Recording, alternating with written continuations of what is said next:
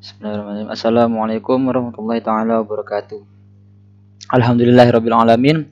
Wassalatu wassalamu ala asrofil anbiya'i wal mursalin Sayyidina Muhammadi wa ala alihi washabihi ajmain. Amma ba'du.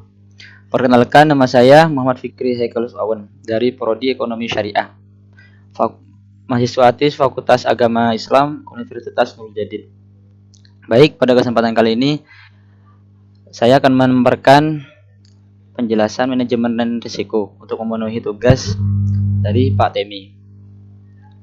Baik, definisi manajemen risiko. Definisi manajemen risiko adalah suatu pendekatan terstruktur atau metodologi dalam mengelola ketidakpastian yang berkaitan dengan ancaman, misalkan suatu rangkaian aktivitas manusia, termasuk strategi yang dapat diambil antara lain adalah memindahkan risiko kepada pihak lain, menghindari risiko, mengurangi efek negatif risiko, dan menampung sebagian atau sesama konsekuensi risiko tertentu. Kemudian tipe-tipe risiko. Tipe-tipe risiko ada dua. Yang pertama risiko murni atau nama lainnya pure risk, yakni risiko di mana kemungkinan kerugian ada tetapi kemungkinan keuntungan tidak ada. Contoh, risiko kecelakaan, kebakaran, atau bencana alam, banjir, dan lain-lain.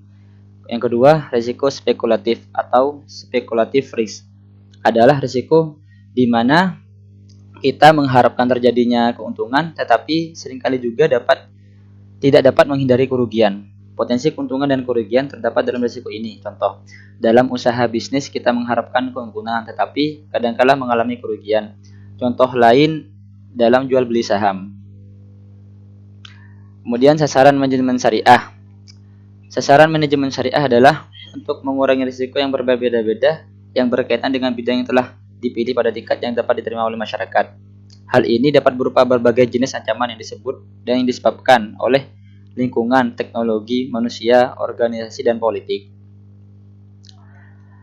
Kemudian manfaat manajemen risiko. Ada 9 manfaat. Yang pertama yakni keputusan yang lebih efektif. Kedua, efektivitas dalam pelaksanaan program-program atau kegiatan. Yang ketiga, efektivitas pengolahan dan penggunaan sumber daya. Yang keempat, standar yang tinggi dalam pelayanan pelanggan. Yang kelima, standar yang tinggi dalam akuntabilitas. Yang keenam, kreativitas dan inovasi dalam praktik manajemen. Ini yang paling penting. Yang ketujuh, peningkatan kapasitas. Yang nomor 8, peningkatan moral organisasi. Kemudian yang terakhir, yakni transparansi.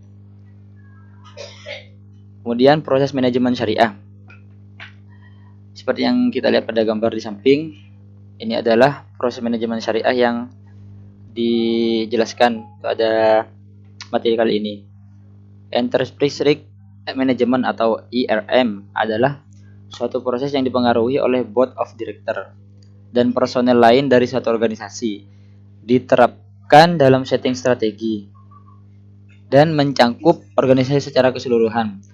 Didesain untuk mengidentifikasi kejadian potensial yang mempengaruhi suatu organisasi untuk memberikan jaminan yang cukup pantas berkaitan dengan pencapaian tujuan organisasi. Kemudian identifikasi tujuan. Kerangka manajemen risiko yang dibangun dalam suatu organisasi dimaksudkan untuk mencapai tujuan yang dibagi dalam 4 kategori, yaitu yang pertama strategik atau goal, tujuan tingkat tinggi yang diarahkan untuk mendukung misi yang dimiliki organisasi. Kemudian yang kedua operation, pemanfaatan yang efektif dan efisien dari sumber-sumber yang tersedia. Yang ketiga reporting, dapat diandalkan atau dipercayanya laporan baik internal maupun eksternal. Kemudian yang terakhir yakni compliance atau ketaatan terhadap berbagai undang-undang dan peraturan yang berlaku. Kemudian pengolahan risiko. Pengolahan risiko dibagi menjadi 6. Yang pertama penghindaran. Yang dimaksud penghindaran adalah cara yang paling mudah tetapi tidak optimal. Yang kedua, ditahan atau detention. Dalam beberapa situasi lebih baik menghadapi risiko tersebut. Misal, mobil hanya dipakai untuk keperluan dalam komplek perumahan. Untuk diasuransikan dinilai merepotkan dan mahal, maka pengemudi akan berhati-hati agar tidak terjadi kerusakan. Kemudian yang ketiga, diversifikasi. Untuk mengantisipasi kerugian, maka pemilih untuk menyebar ekspos kepada berbagai bentuk aset. Yang keempat, transfer risiko. Transfer risiko yang dihadapi dialihkan kepada pihak lain.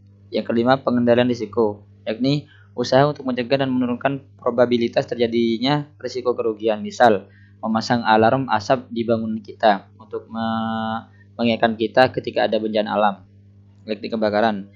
Yang keenam, pendanaan risiko. Pendanaan risiko merupakan usaha mendanai risiko yang mungkin terjadi dalam rangka penggulangan risiko tersebut. Baik, mungkin hanya sedikit penjelasan yang saya paparkan tadi.